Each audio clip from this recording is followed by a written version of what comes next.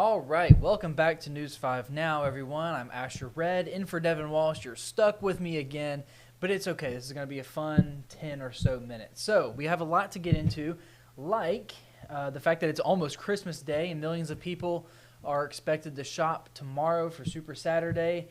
We have those latest numbers, and a man in Mississippi threatens to blow up a government office. Never a good idea, but what he is charged with after doing that, and was he on parole or not with the state? Plus, a Fort Walton Beach man is arrested over a year and a half after a toddler dies. What the cause of the child's death was. Now, all of that is coming up right here on News 5 Now. This is News 5 Now, streaming live to your neighborhood and around the world. All right, everyone. Welcome in. As I said, I'm Asher Red, in for Devin Walsh today. We have a lot to get to. Thanks for checking us out here. We have big stories we want to give you, the question of the day, and a Facebook poll. The question of the day and the Facebook poll will be open until later today as well, so you still have time to get in on that. But we'll get to that in just a minute. As I mentioned, we have some big stories we want to talk about, so let's go ahead and talk about that.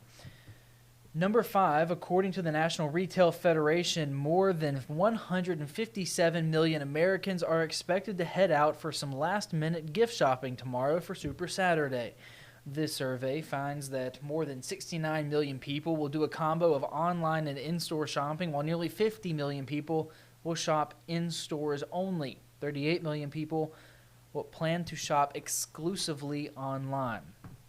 I can't do online shopping. I'm not a fan of it.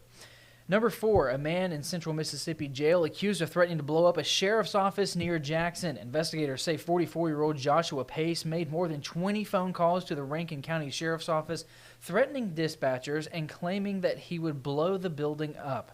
Pace was arrested yesterday and charged with making terroristic threats.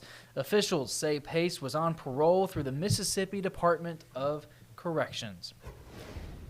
Number 3, a suspect accused of stealing a car in Arkansas is now in jail in northwest Florida. Yesterday, Escambia County deputies arrested Travis Nortier after finding a vehicle reported stolen from Little Rock, Arkansas, parked at a motel on Mobile Highway.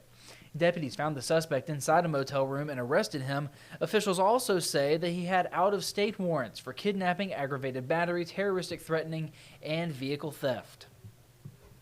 Number 2, the National Transportation Safety Board has issued its preliminary report on a deadly crash involving an experimental aircraft. Federal investigators say the pilot took off from the Foley Airport the afternoon of December the 9th without any issues. While in the air, the aircraft went straight up into the air, then rolled to the right and crashed. The 67-year-old pilot was killed, and the aircraft caught fire, leaving hardly anything behind. According to the agency, the pilot had received his certification in August and only had 61 flight hours at the time of the crash. The aircraft was last inspected in October. And number 1, a Fort Walton Beach man is facing a negligent homicide charge in connection to the death of a 17-month-old boy. Okaloosa County deputies say Charles Little took the boy to the hospital in June of last year. The child was unresponsive and had no pulse, and he was declared dead 3 days in the hospital. The medical examiner's office ruled the death a homicide because of the injuries to the head, neck, brain, and vertebral column and torso. Officials say Little, who is not the child's biological father, was babysitting the boy when the child was hurt. And that's a look at our big stories, rather. Now, we also wanted to go ahead and mention today is the last day to submit someone to be to win the Remarkable Women Award that we do every single year. You can find all the information about that on our website, WKRG.com. And this is really a way to show women who lead, inspire, anything good for the community.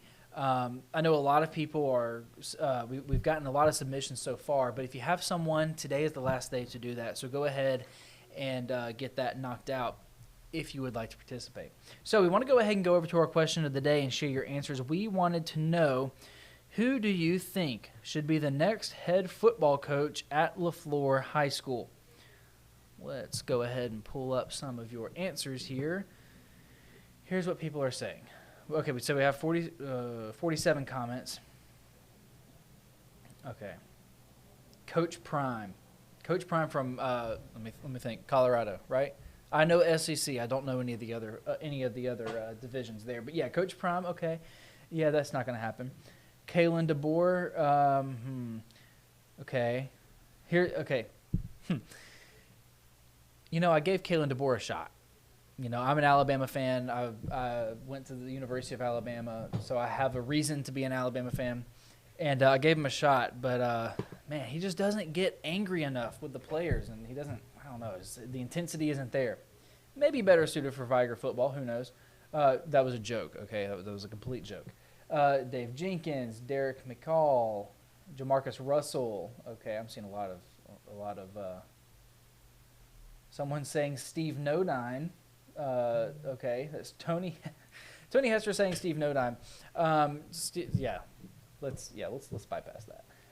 Nick Saban as well. Simone Eli. I agree. Let's get Simone Eli on as a football coach at Viger High School. Let's see how she does. I know her intensity levels would be through the roof. It's okay. We all love Simone. All right, with that being said, let's go ahead and move over to our Facebook poll. We wanted to know, do you like eggnog, yes or no? It's a very convoluted question here, and I do this every single time. They tell me I'm supposed to switch the tabs before I do that, and I never do. So, all right. How do we feel about eggnog? Like for love it, and do the caring emoji for hate it. Let's see where you stand. There's 36 votes as of right now. Hold on, I forgot what they were. Okay, so 28 people say they love it. 10 people say they don't like it. One person's hearting it, so I'm guessing that means they like it, and this person is someone we can't take seriously. All right, let's see what some of the comments are saying, because I'm actually very, very curious. Okay, people saying no, it's wonderful until you mix it with Evan Williams whiskey, and then it's bad. Can't stand this stuff. It's an easy pass. Love hot homemade, not a fan of the store-bought. Okay, I can get behind that. I can get behind that every day. All right, yeah, so my opinion on eggnog, I drank a lot of it yesterday. So, it's I used to hate it growing up. And my roommate in college, who was from Pennsylvania, and in traditional northern fashion, he loves eggnog. And he'll make eggnog, and he was pretty good at it. And for the longest time, he would say, Asher, you need to try this eggnog. I'd be sitting on the couch just studying or whatnot. And I'd say, no, I'm not doing that. That's disgusting. It's raw eggs. Gross. He said, no, just try it. And so he gave me a warm cup of it and a colder cup of it. And it was phenomenal. Plus, that was homemade, too. Now, I will drink the store-bought stuff. It's not as good, but homemade's better. Either way, eggnog is still good. All right. With that being said, let's go over what you should do next, what we think you should do next. We can't tell you what to do, but we can at least hope that you follow. Go ahead and go over to our Facebook. If you haven't already, go ahead and answer the question of the day. Looks like that button right there just sent us right back to where we came from. So go ahead and answer the question of the day and vote in the Facebook poll, the two things that you just saw pop up here. Every weekday at 12:30 we have this. We also have one at 8 o'clock. And at 5:30 we share all of these results, especially for the poll. That's something I'm kind of curious about, how that turns out. So with that being said, go ahead and turn on your television. Catch the rest of the Bold and the Beautiful. Keep it right there. We'll be back for the 4-on-5. And we will also be there for 6, 6:30, and 10 o'clock. CW at 9 o'clock. But yeah, we'll have Cherish Lombard in, Chief Meteorologist Ed Bloodsworth, and of course our sports department as well. So without further ado, everyone, have a happy Christmas and a Merry New Year. Got that completely backwards. Have a Merry Christmas and a Happy New Year.